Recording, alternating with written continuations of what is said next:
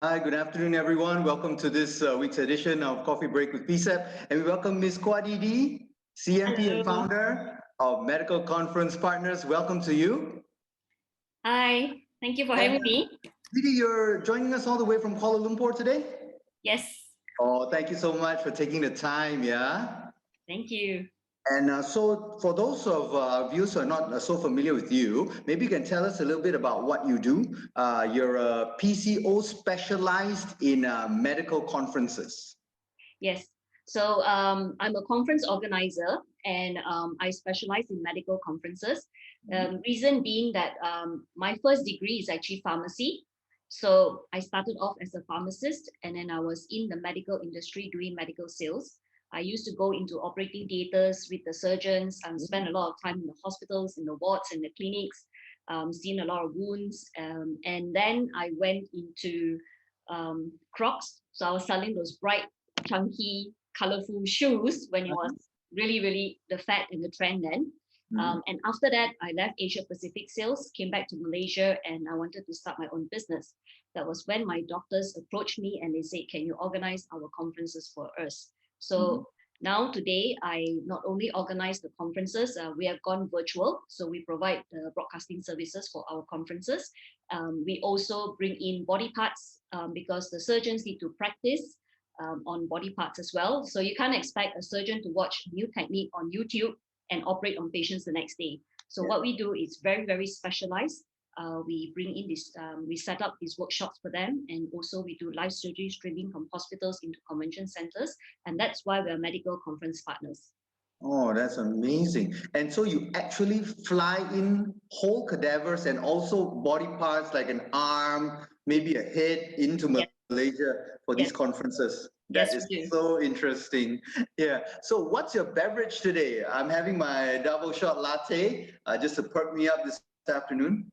Okay, well, I'm a bit simpler. It's just Nescafe Gold. Mmm. Stay true to our own brand. Yeah, that keeps you going for the whole day, yeah? Yes. And during this lockdown time, have you picked up any new hobbies? It's stay at home, work from home. So Well, yeah, stay at home, work from home. I mean, I tried painting by numbers. Uh, I did it during the first MCO. small Yeah, detail once. the Oh small God, detail ones drove me nuts. I know some people say it's relaxing, but for me, when I look at it, I don't feel relaxed. I feel stressed. I know it's terrible, right?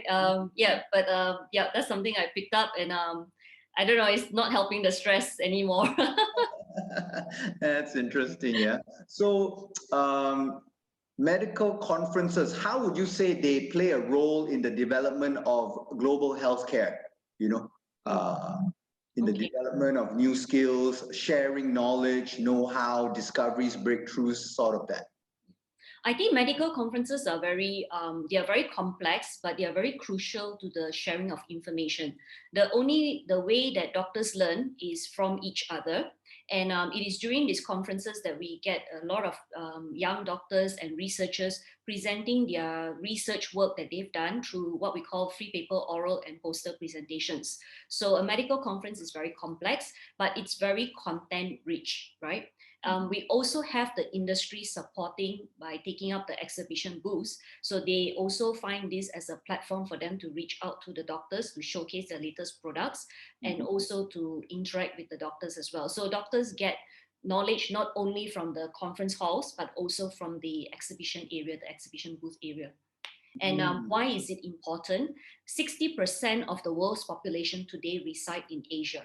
And I always believe that if we can bring the medical conferences to Asia, to our time zone, we are actually helping to benefit the markets that are opening up. So our doctors and our specialists here need the training, and not everyone can afford to travel. Well, those days when we used to travel, to fly all the way to the US or to Europe for conferences there. So when we bring the knowledge here, we find that our neighboring countries can also travel here to Malaysia, to Kuala Lumpur or Penang, and they can gain access to the knowledge that is so important for them because they are treating all of us. And that is where the end result is we all get better healthcare. And do you find that when it's held in Asia, you get a uptick in the number of participants as well? Yes. So when we see the trend is when it comes to Asia, we see definitely a bigger number of Asians turning up, but we also see a trend where a lot of Europeans and a lot of the North American and South American doctors starting to come our way. They take the opportunity to present at our conferences, but they also take it as a chance for them to travel to our part of the world. So we're going to see a very global audience at our conferences. Okay. And how would you say since March 2020, when we started this whole, the first MCO, and how has the whole thing evolved for you and your company and the medical conferences field as a whole? Okay. I think when the pandemic hit, we were all hit, but it also leveled the playing field, right? It gave smaller homegrown PCOs like myself and many of our colleagues out there an opportunity to reset ourselves and the way we work. And those of us who pivot very fast to virtual find that we are actually delivering at the same quality as, or even better sometimes than some of the international conferences have also pivoted and moved to virtual.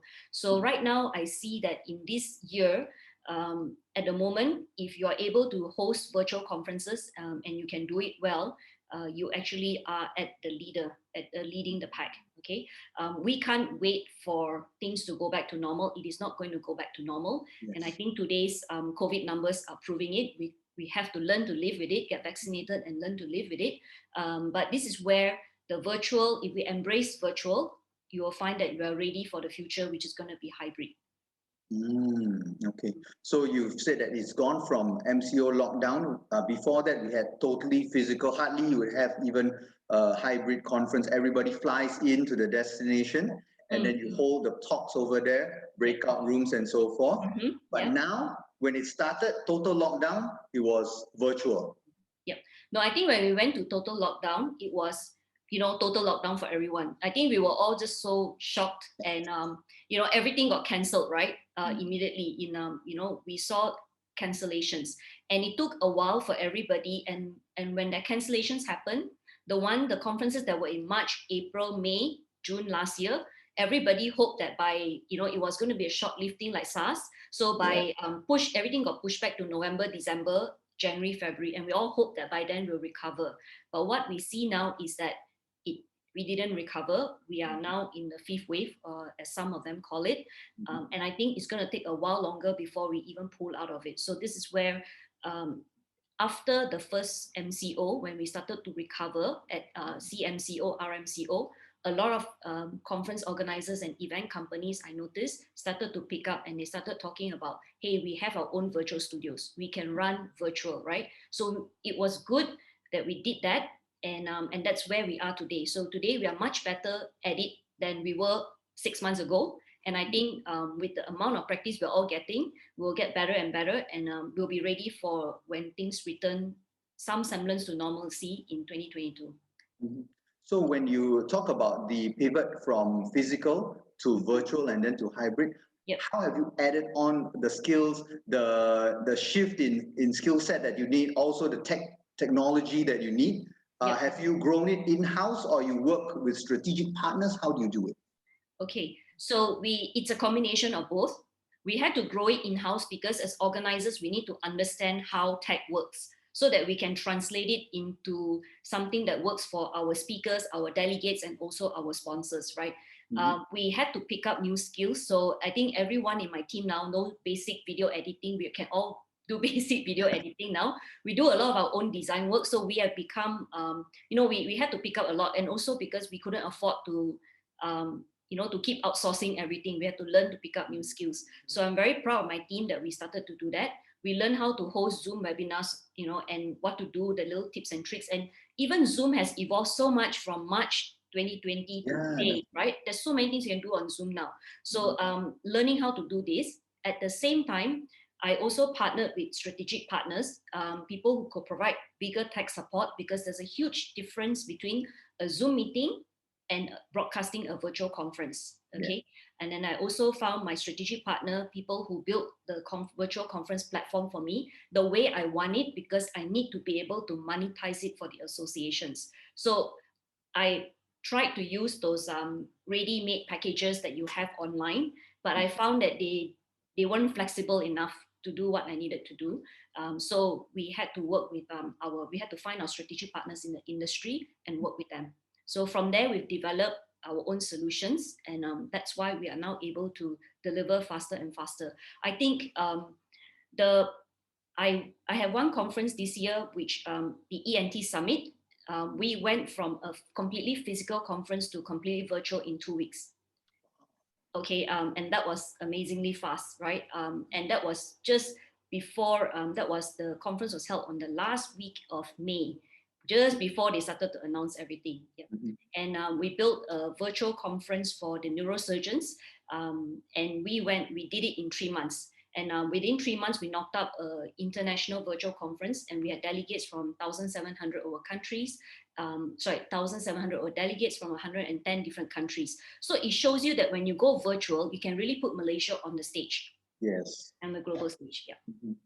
So you managed to get even more participants than you would if you did a physical conference. Yes. And more countries could join in as well. Yep, and more speakers can join in.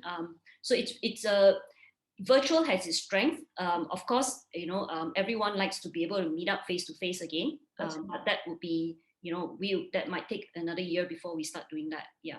And then also, of course, the economic benefits of the conference coming to either, Kuala Lumpur or Penang, and, the benefits it brings for the hotels and the local industry and so forth. Yeah. So we can't wait. I can't wait for the travel borders to be open so that we can promote again our hotels and our destination. And I think a lot of people want to travel. I mean, I have my bucket list of places that I want to visit as soon as the borders reopen, right? Yes. So, we all have our bucket list, but we're all just right now stuck at the moment. Yeah, that's true. So you only organize conferences within Malaysia, or have you also done outside of Malaysia? We have clients who are actually based overseas, especially for virtual. We have clients based in Singapore, or organizing committees that are based in Japan. They are overseas, and that's the beauty of virtual. It opens up a whole bigger market for us. That's wonderful. So within Malaysia, what would your best picks be, or most popular choices for conference organizers so far? As a destination? Yes. Yeah, okay. Well, everybody knows I'm always biased towards Penang because I'm from Penang. My dad is from Penang. Although I grew up in KL. I love Penang. I think Sarawak has a lot to offer, and as well as Sabah. I did a conference in Sabah in 2018, right? It was in March 2018. And that was even way before the Sabah International Convention Center is open. So, but the delegates that attended, they had a wonderful time, and it's so culturally rich. And a lot of the delegates actually extended their stay. They went on the pre-tour and the post-tour. Very popular. Every time we go to East Malaysia, the pre-tour packages and the post-tour packages are always taken up. Of course, that Penang is the leading medical tourism destination in Malaysia. And also we've got some pretty big medical manufacturing facilities here as well. Something like Abbott Laboratories is here. Also, B. Brown is huge in Penang. So does that also mean that it makes it more attractive as a destination for medical tourism or medical conferences? I think it adds on to it. When we organize a medical conference, I would like to see in future when a medical conference comes to Penang, that we can actually showcase to them and even show them the manufacturing capability that's available in Bayan Lepas. And of course, all the private hospitals and all the, Penang has a lot of private hospitals there. I have a lot of friends who are specialists working in those hospitals. And I think it benefits everybody. It showcases what we can do. And what we can do is basically do a live surgery in one of the private hospitals and broadcast it into Spice Convention Center. That's a goal that I had, that I always wanted to do. And I think Penang, having a conference there helps. And of course, the delegates love it. They love the Baba Nyonya culture. I remember one conference I did, we arranged with the Trishaw Association. So we had 20, 30 trishaws wait in front of E&O Hotel in the evening to bring our speakers over to one of the hotels nearby for dinner, for a Baba Nyonya dinner. And They loved it. They so many pictures. They were raving about it, and until today, those speakers write back to me and say, "Hey, Dee Dee, when's the next conference you're going to do?" And invite me back as a speaker. That's great. So it stays in the memory. The Yes. facilities, you're saying that you're quite happy with whatever conference facilities we have right now in Penang. Well, I always told, well, your biggest convention center is SPICE, right? And we're talking about international medical conferences here. I'm so glad that you finally have your new hotel. You'll be opening soon. Can't wait for that. And I think that bodes well because basically we are all just waiting for that. You need that supporting hotel immediate for the main conference team to be in and for the main speakers. But after that, the delegates can stay in any other hotel. Penang is just so close. Everything is close by. So I think it makes it an easy venue to organize in. Yeah, we look forward to the Convention Center's hotel opening as well. Yeah. Yes. We'll take a look at some of the questions that we prepared. Okay. Okay. How have the demands of medical conferences changed in the past year? I think you've gone through that a little bit. Maybe you can elaborate a little bit more. What are your organizers demanding or expecting from you now? Okay, I think a lot of the associations or the clients that we have for medical conferences, they sometimes think that they expect that the final virtual program to be exactly like a physical event. There's no it's everything is packed so tightly. There's no breaks in between. So, but we have over time, kind of shared the knowledge and experience with them and kind of help them to restructure the program a bit so that because I always tell them that when we are doing a virtual conference, it's like we are putting on a TV production or TV, we're running a channel for a whole day, for 6 to 8 hours a day. So you need to have appropriate breaks in between, but work out those breaks so that it helps the tech team, but at the same time, it helps us with the sponsors as well. Because nowadays, what I do is my sponsors pay advertisement. They pay for their advertisement to be shown in between the sections, the timing, right? So so that's some of the things that we kind of move and evolve. The other thing too is that I think I see that a lot of the presentations are moving more and more towards pre-recorded, and I encourage it because speakers are more relaxed then. They can enjoy the Q&A session, have a more interactive session when it happens. But it also helps us in terms of tech because we have that backup copy with us in advance already and we're just playing it, especially in times like this when we're under complete lockdown. Okay, so yeah, we have that recording here with us. Speaker can't come to the studio, that would be incredibly challenging. Yeah. Yes. So talking about challenges, let's talk a little bit about some of the challenges that you face. Maybe technological challenges, the line is not stable, or the speaker is not used to presenting on camera, he's not used to being an on-camera person. So maybe you can tell us a little bit about those challenges. Okay, so we always, so we have learned over time that rehearsals are very important because we have had challenges. I mean, we just experienced it ourselves just now at the very beginning, right? So whenever you get onto Zoom, you make sure you have a co-host so you don't, things can run. So those are some of the tech challenges that we have. And we always have to remember that sometimes when our speakers are not confident or they're not comfortable in front of the camera, the minute something goes wrong, like their connection lags, they start to get stressed about it. So we've had all that, and you need to make sure that there's always one guy in your team who's very calm and collected, who can just pick up the phone and guide the speaker over the phone. And it doesn't matter if it's an international call, you just got to do it on the phone. Yeah, and even teaching them which button to open and all that. We also had experience where the speaker was supposed to be live. We told him to join us half an hour before. And by the time he joined us, he was stuck in traffic. So he actually ended up presenting from his car. So yeah, and that happened recently, very recently. So there's nothing we can do about it. We just have to roll with the punches. But I think that adds on to the whole flavor of, hey, this is as real as it gets, right? Other than the usual, suddenly you get the kid popping out on the side here and you can see the kid looking at the screen as well. But that makes the whole virtual experience, makes the person more approachable too. Yeah. So those are some of the challenges. That's interesting, yeah? Yes. Yeah. And I'm sure your team is learning on the go every day, yeah? Every day you see new things. Yeah.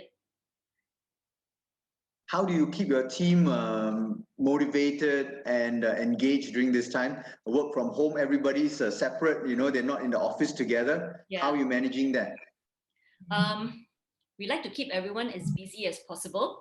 But actually, other than that, I think I have to keep reminding myself to care more. Sometimes send them, you know, certain messages, encouraging messages on the side.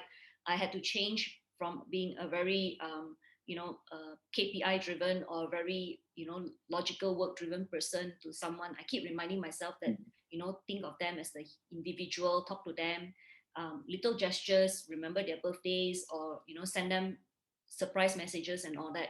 I think all those things help, and giving them the recognition when they do the work well, whether it's on social media or whether it's within the team itself. So it definitely is a challenge, and I do acknowledge, especially some of my team members, they have not been home. They are from outstation. They haven't been home in a year and a half. They haven't seen their parents in a long time, right? So it is even harder for them to be in KL, being cut off for so long. So we do try to have catch-up sessions, and it's fun when we actually do manage at RMCO. We did have our little gathering. We managed to have Christmas, Christmas dinner, lunch together, and that was really fun. And I think those are the little things that we can do. It is challenging for everybody, and so we just try to be a little bit more conscious of each other's feelings. Yeah. See, that's nice. So it's making you a gentler and kinder boss. Well, I hope so. You can ask my team later. You can do a poll later. Yeah. So that's how you're keeping in touch with the staff. How about your clients overseas? They're far away. Also virtually, I guess. Yeah, virtually. I think with clients, we try to keep in touch with them virtually. Usually, if they're on social media with me, it's a lot easier. When they post up something, we also, I leave a little note or message there and try to make it more personalized rather than a blanket congratulations. Try and make it more personable. And it's not, but I think we have over the years built a foundation of relationship with everybody, and it's important to remember to connect with them during Christmas and whatever occasion it is, as opposed to only messaging them whenever we have a meeting to announce. Then that's called spamming, right?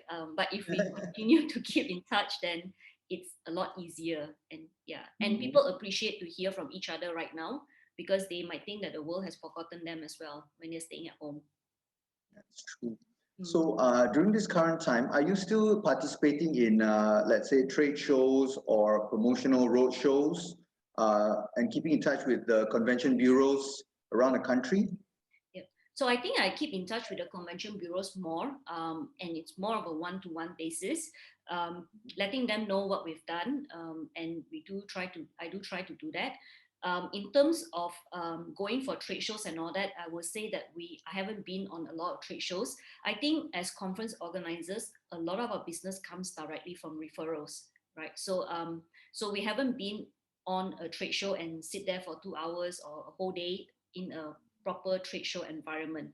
So that's something that I haven't done. But I will offer to PCEB and also all the convention bureaus that whenever they have a bid, if they need us to participate in the bid, if our time permits, then we will definitely try and support them in the bid.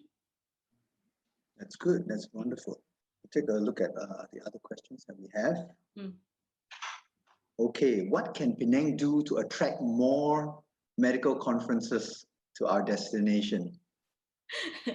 Okay, so I think Penang is already attractive. We were waiting for your convention center and hotel. I think the news that we got about Equatorial shutting down was a bit of a shock. But then now that I heard that they actually renovating and upgrading their facilities, that's very promising. And I think it's all about getting ready for the influx when everything starts to come back. That's right. So yeah, and I think that's wonderful. I think PCEB is doing a wonderful job, continuing on, plugging on ahead, and to do so many activities, even such as this coffee break with you and with PCEB, just to make everybody remember about Penang as a destination. And I'm sure all the results will pay off in a few months' time when things start rolling back again and you see events starting to happen. I'm glad that Penang numbers as a state is much lower than KL, and that is actually very good, because Yes. people will be more confident to go back to your space and to have a big gathering in Penang. Mhm. And that I think is something that's very positive. Okay. Mm. We're going to ask all those who are watching, if you're watching online on Facebook, our PCEB Facebook page, can you just type in a hi Dee Dee, hi Chris, and let us know that you're there, and we'd like to acknowledge you. Also, if you have a question for Dee Dee, you can send that in now in the comments, and our team, Machen and the team will be vetting through and feeding the questions through to me, yeah? So we'll take a little bit of time to answer the questions at the end of the show. So Dee Dee, we talk a little bit about the trends. What kind of trends are you seeing happening as a result of COVID-19? Trends. I think we were talking about the context of conferences. I do see that a lot of the conferences, the trend is we are going to, whatever that we've gone live or we stream live, we actually are keeping that content and making it available as podcasts or as replay sessions. Okay, and I think that is something that is definitely a winning point for when you have a virtual conference, right? Everything is pre-recorded like what we have here, and the feedback is people do appreciate it. They do come back and watch it later because they don't always catch it live.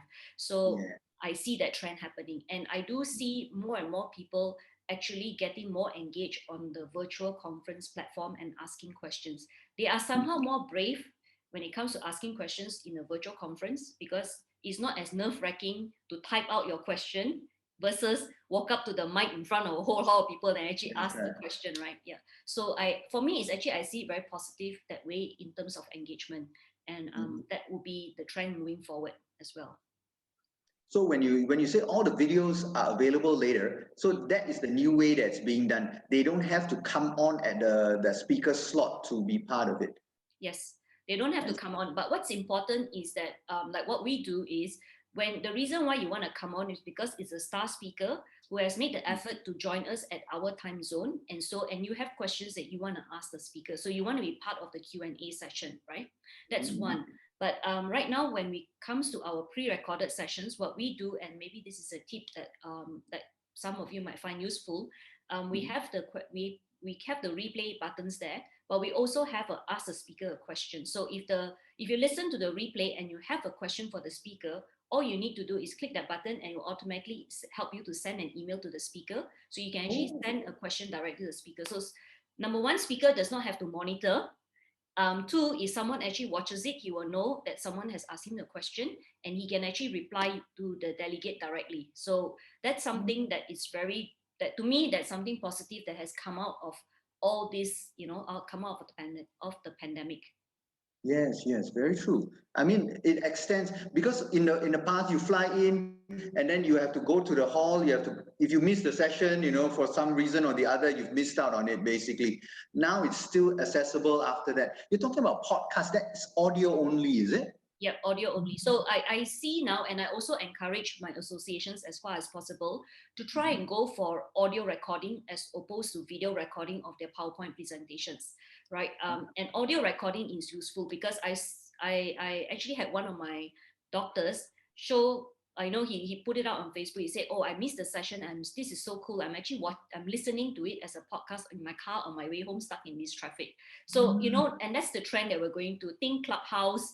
Everyone is in a way Zoom fatigue. We are tired of watching a video, but we don't mind putting on our AirPods and our iPhones and our AirPods and listen to it while I do it like when you're doing your housework and all that, you can still be listening to good content. So that's the trend now. Oh, that's a good development. Let's see if there are any more questions coming in. Okay. All right. Machen, have you sent in any? Let's take a look. Okay, there's a question. In your opinion, Dee Dee, what can be changed or what can be enhanced to be done to improve Penang as a medical hub?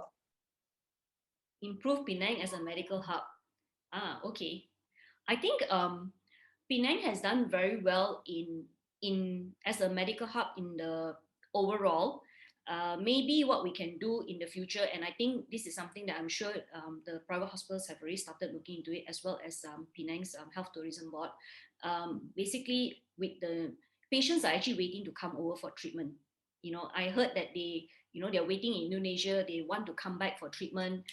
and they're dying to come back, right? And but the thing now is, what's holding back is that as a state level, you probably need to come up with very clear SOP, who, how to pick them up from from the airport, do the swab test, and their family bring them here, where they stay, where they get treated, and everything, and reassure the Penang public, people like me who stay in Penang, we are sometimes a bit kiasu or scared, right? So like reassure us that opening up the borders to health tourism, patients coming back in, is not going to increase the COVID numbers in our state. That's all.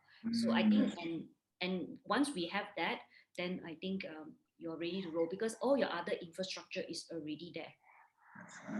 Yeah. So point-to-point transportation and handling and management of the patients straight into a secure facility at the other end, get their treatment, and then help them to get home.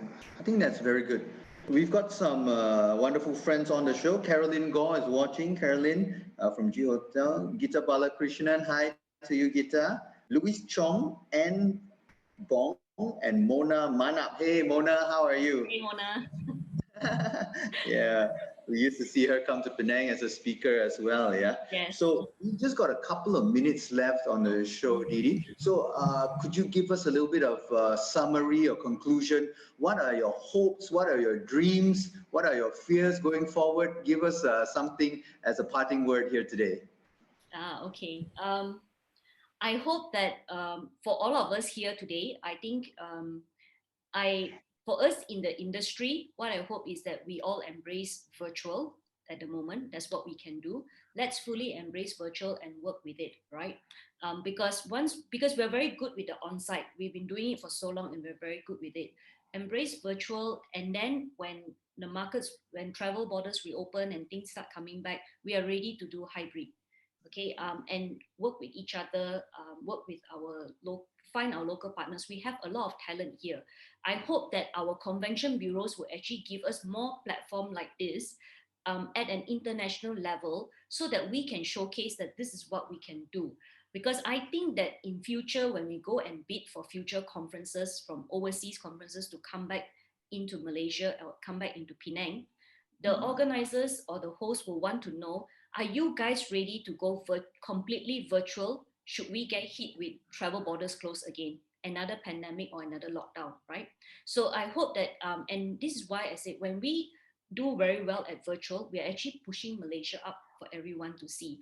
And then when we go for the bids, people have confidence to give the bid to us, because internationally, I don't know, the associations that I'm in contact with, they also don't know where to go right now. When they pick the next country, they're going to pick a country that they go, okay, these guys can do hybrid, because there's going to be a day that will come. And what I see in the future is, my personal opinion, when I hold a hybrid meeting, my on-site package is going to be very exclusive. It's for people who can afford to travel, because the cost of traveling is not going to be cheap anytime soon. People can afford the cost and the time to travel to come to Malaysia. But then you also have the wider virtual audience who's going to gain from the exchange of knowledge, and also use this as a platform to promote our destination to them, so that they will go, yes, I'm going to make Penang my bucket list when I can start traveling, or when I am ready to travel again and I want to come back, right? So that's where I think, that's my hopes for the future. And of course, for all of us, let's support. Right now, we have the BE Steward program, the Business Event Steward program. Our convention centers are actually trying to support the government to roll out vaccination as fast as possible. And we need volunteers, because it is very physically tiring to be standing on our feet for 12 hours a day. And I think, if for all of you out there, if you have the time, you can sign up to be a BE steward. And this is under Marcios as well as MySAP as an initiative to help restart our industry. And what you do is, when you do volunteer there, you'll be helping out with ushering duties. You'll be helping out with helping to help the elderly, push them on wheelchairs to the station and then to go back. Now, there will be, of course, everyone is saying it's risky, it's indoors and it's all that. And I see the news and what's happening today, right?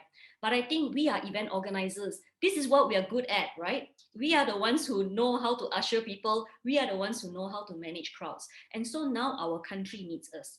So if you are free, you have the time, please do sign up for the program. They're asking for volunteers who can give 7 days. It can be any 7 days. Contact the convention center nearby, and then sign up for it, and they will tell you what you need to do and where you need to go. But I think it's something good, and if you want to add it to your CV in future that you were part of the pandemic fight and one of the BE frontliners, then go ahead. I think it helps us. It helps everyone. Okay, so that's what I want to end with. Yes, yes, we should. And just before we go, how would you rate our capabilities in Malaysia in terms of producing a virtual conference? Is it world class? Well, based on the feedback that I've been getting from the delegates and what I see, yes, we are able to deliver world class. You have quite a few good virtual congress platform providers in Malaysia already. I think as conference organizers, we are always known to be very personable. Our Malaysian organizers are very friendly, and that's the advantage that we give, because virtual congress platforms they are still, at the end of the day, technology, right? It's still hardware and software and IT. You need that personable person, like say, I need an MC like Chris, who's going to go there and like make everybody feel so welcome in the morning when they come in, and in between sessions. And why? And by the way, Chris, I think your role is very important, because as an MC, when I have gaps, when technology fails me, when Unify, Touchwood, fails me, or whatever Wi-Fi I'm on, that's when the MC steps in and say, hey guys, and then you kind of, or when my speaker freezes out or my speaker drops line, the role of the MC on a virtual congress platform is very important. And I think that's something that we have not really highlighted a lot. And that's something that I actually encourage my conferences now to have an MC who may not be a doctor, because doctors are very different. They're very, cut and dry, but you need someone to just, brighten up the spark, get everybody energized and going before you go into the afternoon session. So I think we need to give MCs space as well in virtual congress platforms. Wonderful, wonderful. And how about the cost factor? Is it much cheaper for Malaysia to produce the show as opposed to anywhere else, Europe, America, Korea, Japan, those more developed economies? I don't think, okay, so for me, it's not so much the cost, because whether it's cheaper or not, I never like to sell on cost, but I like to think that we provide value. We provide equal value to everybody around the world when they are when you're doing a virtual conference, right? But the difference is we do it with a lot of heart. And we don't tell our speakers, oh, you know what, it's not 9 to 5 my time zone, so I'm not going to entertain your calls. You know how frustrating it is when you sign on the platform, right? And they tell you our technical support is only from 9 to 5 our time zone. And you're like, but I'm running it in my Malaysian time zone, so I need that support now, right? So I think we don't have to go in on cost and say we are cheaper. To me, I don't do that.